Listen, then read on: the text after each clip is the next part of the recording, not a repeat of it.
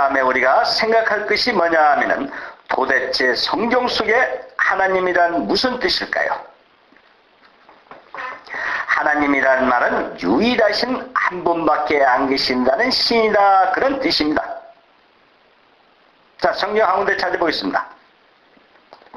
로마서 1장 18절에서 20절까지 말씀을 보겠습니다.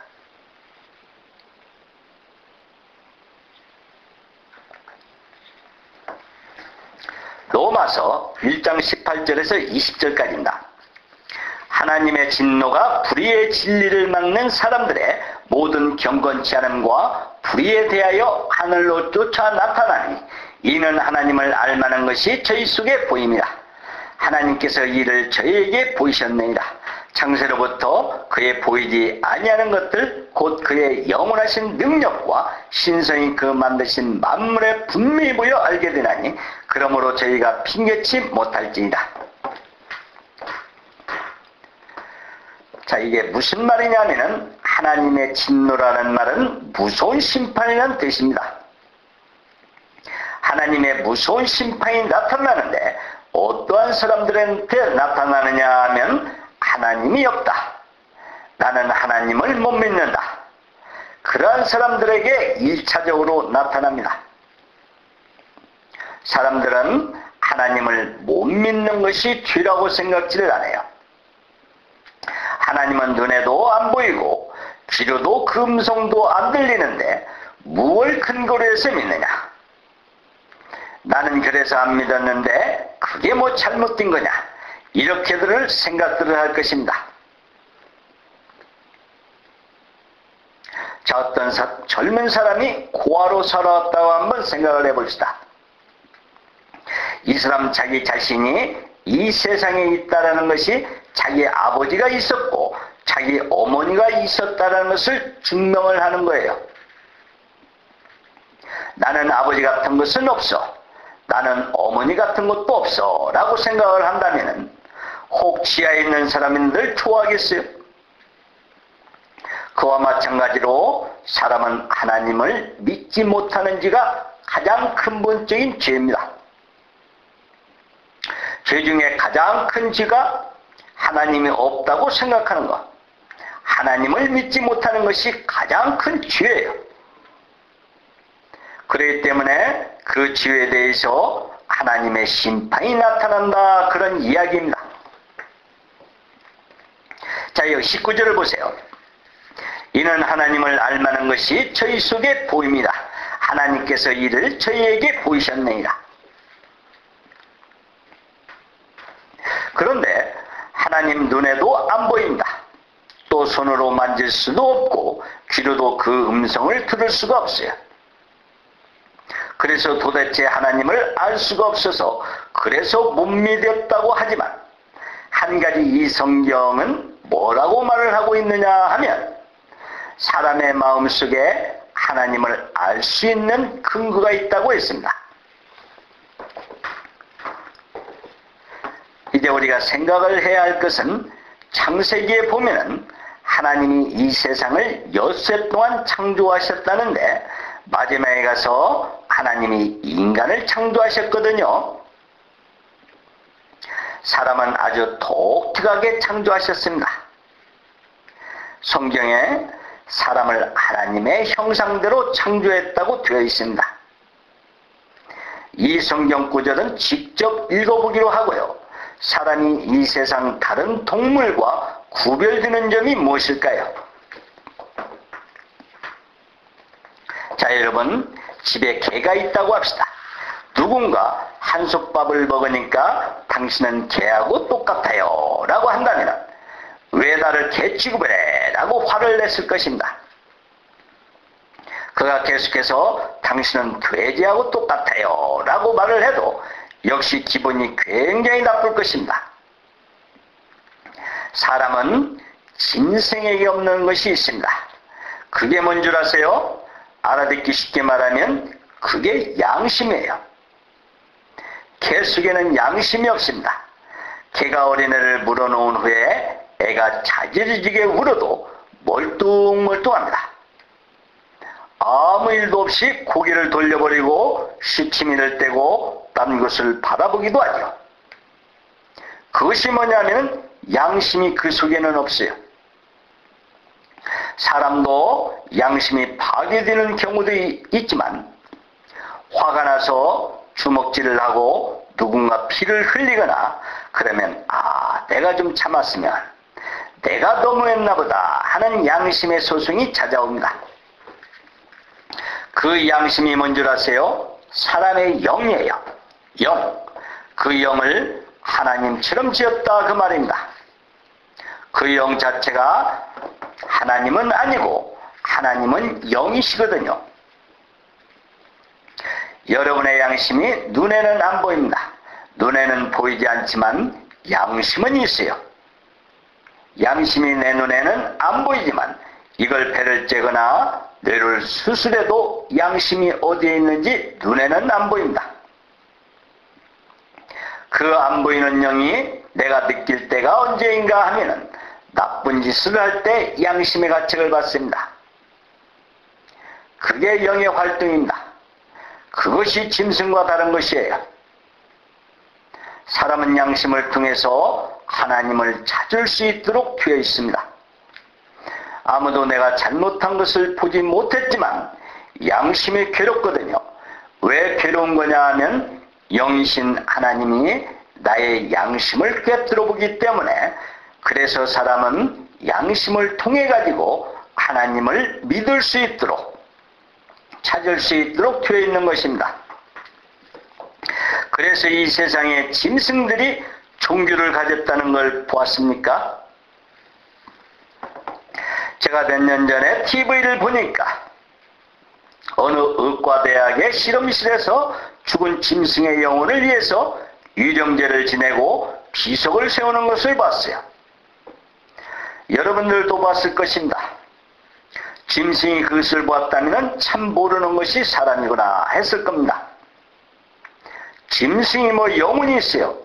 절대로 없습니다. 짐승은 그런 것이 없어요. 짐승은 죽어버리면 끝나버려요. 그러나 사람 속에는 영혼이 있기 때문에 죽으면 끝나질 않습니다. 이제 보세요. 사람은 두 분류로 나눠져 있습니다.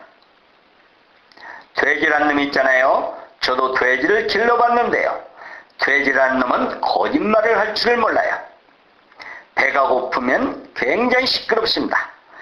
꽥꽥 하면서 소리를 치는데요. 먹을 것만 듬뿍 주면 꽥 소리를 안 하고 그늘 안에 들어가서 쿨쿨 코를 골며 자요. 거짓말을 할 줄을 몰라요. 배만 부르면 만족한다.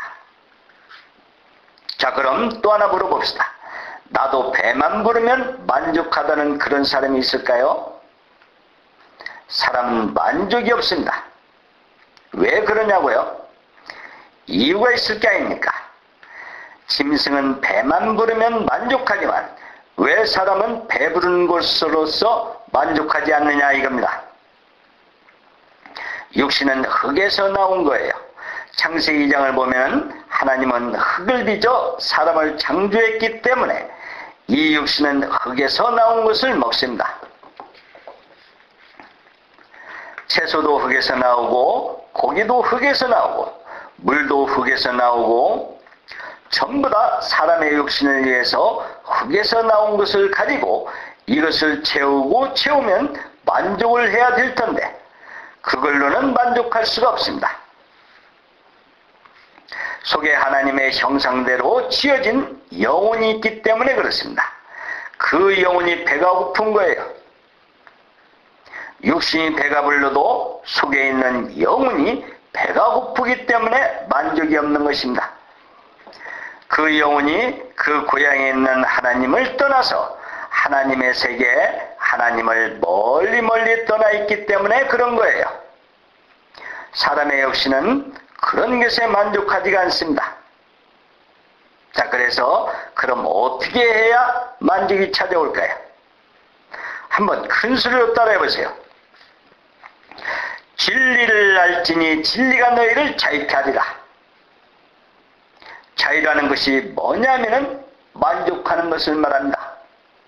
그래서 인간은 진리가 양식이에요. 그래서 인간의 일생은 한편으로는 밥을 먹고 살고 있지만 한편으로는 어떻게 하면 진리를 찾을까 해서 평생을 찾고 또 찾다가 결국은 못 찾고 가는 겁니다.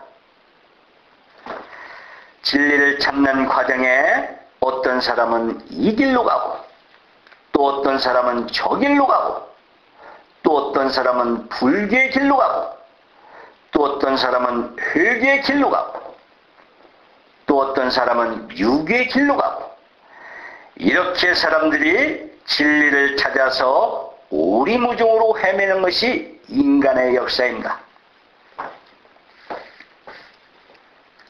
제가 한국에 있을 때 젊은 스님 한 분을 만난 적이 있습니다.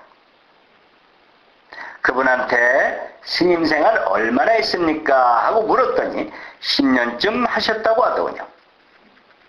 그때 저는 구원받은 지 5년쯤 됐을 때입니다. 다시 뭘 찾은 게 있습니까? 하고 물었더니 이 스님이 허리를 굽히더니 정확하게 동그라미를 그려요. 그래서 그게 뭡니까? 하고 물었더니 빈 것입니다. 아무것도 없습니다. 라고 하더군요. 그럼 계속해서 스님 생활을 할 겁니까? 물으니까 그 대답 한번 참 기가 막히더군요. 나는 지옥이 있는 것을 확실히 믿습니다. 그걸 어떻게 아느냐 하면 산중에서 목탁을 치다 보면은 내 마음속에 죄가 있어요. 나는 가끔 죄를 지어요. 이 죄를 짓는 인간이 가야 할 곳이 지옥이지 않습니까? 그래서 나는 틀림없이 지옥 갈 것을 알고 있습니다. 그런데 왜 스님 노릇을 하느냐 하면 그 지옥에 가서 그 무서운 고통을 견디기 위해서 수련을 하는 것입니다. 맙소사 세상에 그렇게 절실한 이야기가 어디가 있겠습니까? 여러분들도 지옥에 가서 견딜 것을 수련하면서 지금까지 살아왔습니까? 그렇게 불교를 믿어도 아무것도 찾지 못했다는 그런 말이 왜 그렇습니까? 진짜 진리를 발견하지 못했기 때문에 그렇습니다.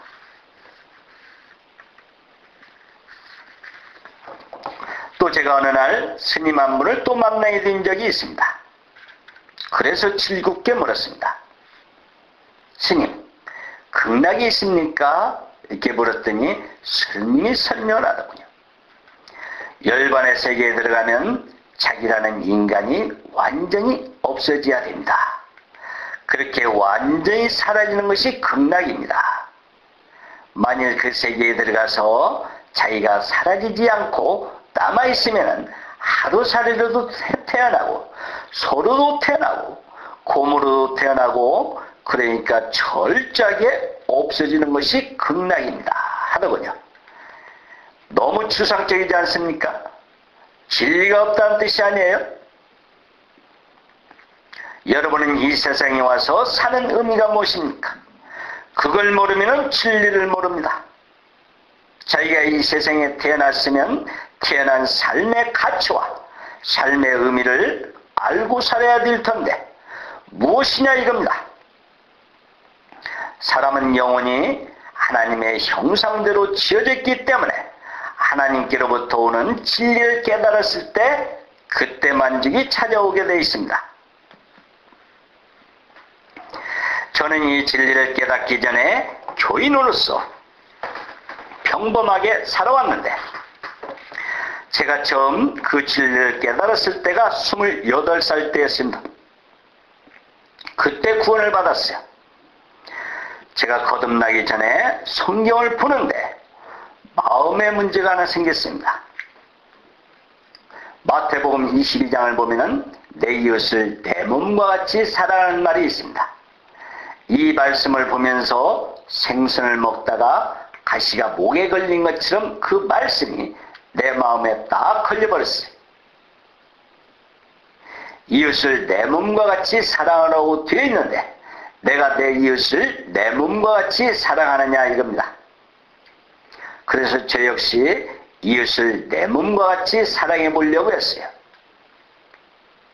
어느 날 내 마음속에서 내 생활 주변에는 누구든지 고통스럽고 짜증스럽고 그런 것이 많으니까 적어도 내가 사는 주변에서는 그런 것은 없애야 되겠다.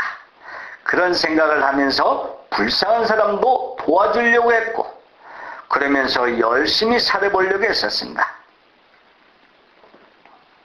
제가 그렇게 하면 할수록 양심이 더 괴로웠어요. 여러분들 그렇지 않으세요? 사람은 선한 일을 하면 할수록 더 선한 일을 할 수 없는 양심의 괴로움이 생기는 겁니다. 그 후에 무슨 생각이 들었느냐 하면 나는 아무것도 할 수 없는 존재로구나 하는 생각이 드는 겁니다. 그러던 어느 날 사상기란 잡지를 본 일이 있습니다. 거기에 청년은 먹고 살기에 몸을 팔고 선생은 먹고 살기에 지식을 팔고 목사는 먹고 살기에 윤리도덕을 판다는 글이었어요. 그게 누구의 글이냐면 지금은 세상을 떠났지만 함석근 씨의 글이었습니다. 청년은 사람들에게 자기 신분을 폭로하고 청년이라는 더러운 이름을 얻고 발밑에 체이듯하며 멸시를 받고 사는데 이 목사는 어떻습니까? 가운만 입고 단상에 오르면 하나님 사촌 같아요.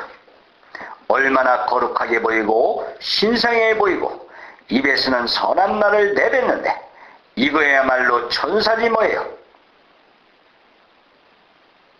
그렇지만 그 속을 들여다보면 창녀와 같은 모습입니다. 오히려 창녀보다 더 모순되어 보여요. 이게 일부 목사들의 현실입니다. 제가 그렇게 판단을 해서 죄송스럽습니다만 진리를 깨닫고 보니까 다 모순되어 보이는 거예요. 양심의 해방이 찾아온 것입니다. 말할 수 없는 행복을 느끼는 거예요. 이것이 인생입니다. 인간은 이 세상에서 그러한 진리를 하나 찾기 위해서 사는 거예요. 왜 학교를 가느냐 하면 지금은 돈을 벌기 위해서 학교를 가겠지만 사실은 평생 동안 인간은 뭘 찾고 있는 거예요.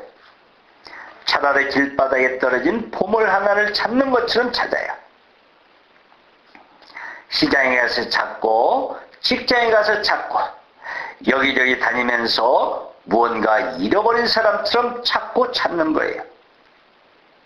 여러분, 지금까지 여기 말씀을 듣고 보고 있는 여러분 중에서도 찾고 있는 거예요. 돈을 많이 벌고 또 벌고 해도 만족이 있는 줄 아세요? 요즘 우리나라 상태를 보십시오. 돈 많은 사람들이 평안한가요? 돈에도 평안이 없어요. 또 학문에도 없습니다. 사업에도 없어요. 직위에도 없습니다. 여러분이 차지할 것이 무엇입니까? 진리입니다. 진리를 찾기 전에는 행복이 없습니다. 그 진리 하나를 발견하면은 돼지가 먹을 것을 먹고 만족한 것 그 이상으로 아주 만족이 찾아오게 됩니다.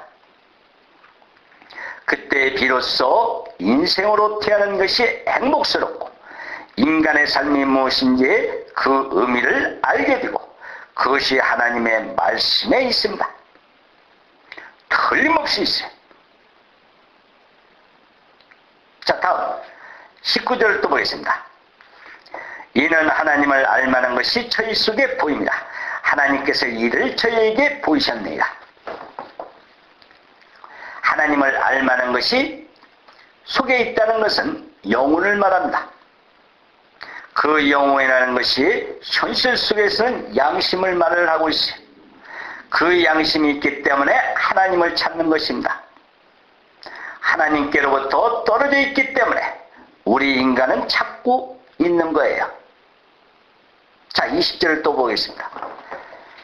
창세로부터 그의 보이지 아니하는 것들 곧 그의 영원하신 능력과 신성이 그 만드신 만물에 분명히 보여 알게 되나니 그러므로 저희가 핑계치 못할지니라. 자, 이게 무슨 말이냐면 하나님은 안 보입니다. 하나님의 형상은 안 보이고 소리도 들을 수 없지만 확실히 하나님을 알 수 있다고 되어 있습니다. 왜 알 수 있느냐? 여기 어떤 사람이 그림을 그려놨다고 한번 생각을 해봅시다. 그림을 그리는 것은 보지 못했지만 그림을 보면은 그 사람의 취미라든지 소질이라든지 그 사람의 사상과 생각이 들어가 있습니다. 그림을 볼 줄 아는 사람은 그림을 통해서 그 사람의 인간성을 찾아볼 수 있듯이 그런 것처럼 하나님은 우리 눈에는 안 보이지만 하나님이 창조한 이 세상을 보면 그 속에 하나님의 능력과 신성이 그 만드신 그 만물에 분명히 알게 되나니 했습니다. 하나님이 만들어 놓으신 이 만물 속에 하나님의 능력의 나라가 있고 하나님의 신성이 이 만물 속에 나타나 있기 때문에 그렇습니다. 이 우주 만물은 사람이 만들 수가 없잖아요. 그러면 그 속에 하나님의 신성의 나라가 있습니다. 능력의 나라가 있어요. 그걸 보면 하나님을 알 수 있도록 그렇게 되어 있습니다. 오늘 이 시간에 그러한 문제에 대해서 한번 알아보기로 하겠습니다. 히브리서 11장 3절 말씀을 보겠습니다.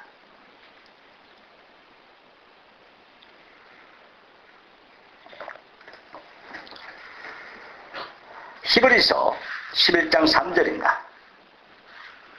믿음으로 모든 세계가 하나님의 말씀으로 지어진 줄을 우리가 아나니 보이는 것은 나타나는 것으로 말미암아 된 것이 아니니라. 자, 이게 무슨 뜻인가 하면 하나님이 이 세상 모든 만물을 능력의 말씀으로 붙잡고 계신다, 그런 뜻이에요. 능력의 말씀이 무엇일까요? 자, 여기 볼펜이 하나 있는데 이 볼펜을 이렇게 바닥에 떨어뜨리면 여기에 이렇게 그냥 있습니다. 어디로 가는 줄도 모르고 그냥 있어요. 무엇인가 이 볼펜을 붙잡고 있는 것입니다. 이 볼펜을 이렇게 손바닥에 얹어 놓으면 그대로 놓여져 있는 것입니다. 그게 뭐냐면 인력이라는 것이 있기 때문에 그것이 붙잡혀 있는 것입니다. 여러분을 이 지구가 끌어당기는 힘, 그게 인력입니다.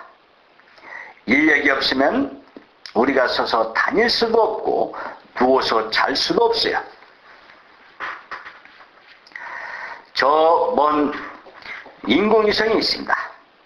지구 먼 밖에 나가면 이성 안에서 거꾸로 서가지고 음식도 먹고 그런 것을 봤을 것입니다. 왜 그럴까요? 그것은 지구의 인력권을 벗어나가지고 캡슐 안에 있으니까 둥둥 뜨면서 거꾸로 되었다가 바로 되었다가 하기도 합니다. 인력이 없는 상태이기 때문에 그래요. 그 안에 거꾸로 있어도 상관이 없어요.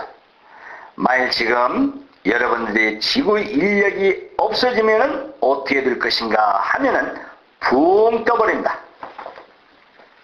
인력이 있으니까 이렇게 땅에 딱 붙어서 있을 수가 있는 거예요. 인력이 법칙이 바로 하나님의 말씀이에요. 거기에 조금 전에 말씀을 하셨잖아요. 능력의 말씀으로 만물을 붙드시며. 법칙이란 게 뭡니까? 법칙은 곧 말씀인 거예요. 국회라는 것이 뭐 하는 것입니까? 요즘은 싸움도 잘하지만 국회에서 무슨 법안을 내놓고 결정을 할 때 말씀을 해가지고 그 법을 만들어내는 겁니다. 법은 뭐냐? 이 진을 가진 인간의 생각 속에서 나오는 겁니다. 그래야 법이 생기는 거예요. 이 자연의 법칙이 바로 하나님의 말씀이잖아요. 이 세상을 말씀으로 창조하셨다는 것은 이 자연의 법칙을 내놓으시고 그 법칙으로 이 세상을 만드셨다는 것을 말을 하고 있습니다. 그게 큰 과학의 법칙이에요. 성경 한 군데 찾아보겠습니다. 시편 119편 89절을 보겠습니다.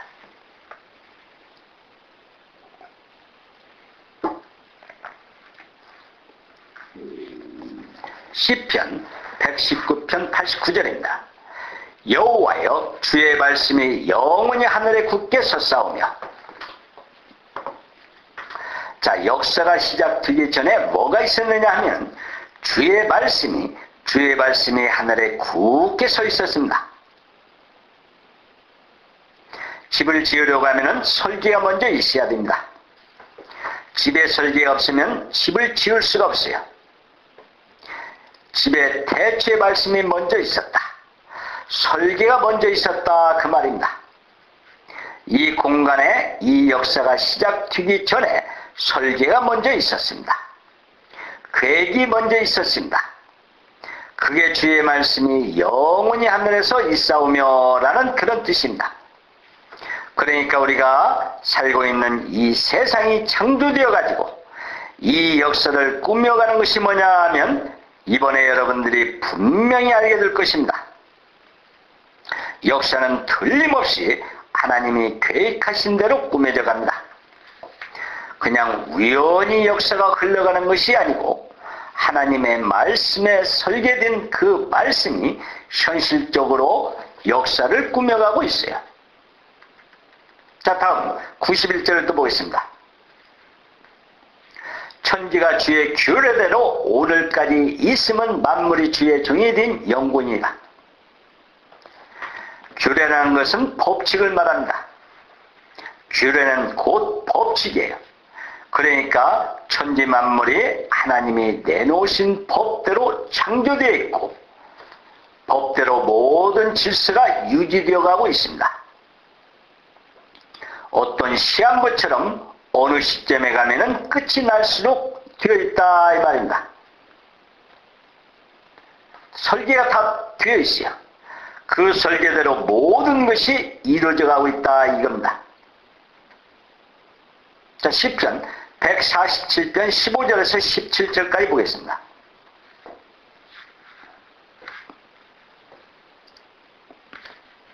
시편 147편 15절에서 17절까지입니다. 그 명을 땅에 보내시니 그 말씀이 속히 달리는도다.